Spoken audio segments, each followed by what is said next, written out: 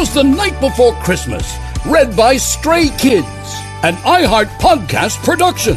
Listen with your earbuds or headphones to enjoy the 3D audio experience.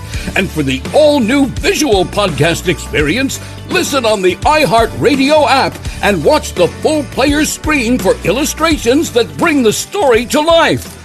Merry Christmas!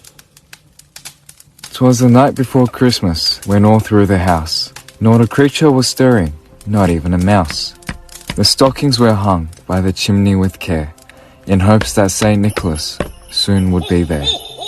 The children were nestled all snug in their beds, while visions of sugar plums danced in their heads.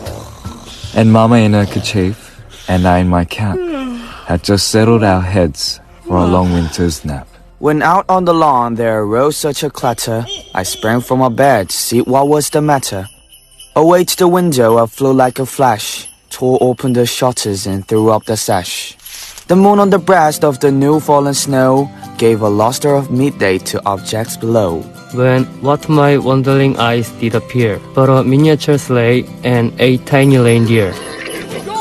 With a little old driver, so lively and quick, I knew in a moment he must be Saint Nick. More rapid than eagles his closest they came, and he whistled and shouted and called them by name. Now Dasher, now Dancer, now Prancer and Vixen, on Comet, on Cupid, on Donner and Blitzen, to the top of the porch, to the top of the wall, now dash away, dash away, dash away all. As leaves that before the wild hurricane fly, when they meet with an obstacle mount to the sky, so up to the housetop the coursers they flew, with a sleigh full of toys, and Saint Nicholas too. And then, in a twinkling, I heard on the roof the prancing and pawing of each little hoof. As I drew in my head and was turning around down the chimney, Saint Nicholas came with a bound. He was dressed all in fur from his head to his foot, and his clothes were all tarnished with ashes and soot. A bundle of toys he had flung on his back, and he looked like a peddler just opening his pack. His eyes, how they twinkled, his dimples, how merry.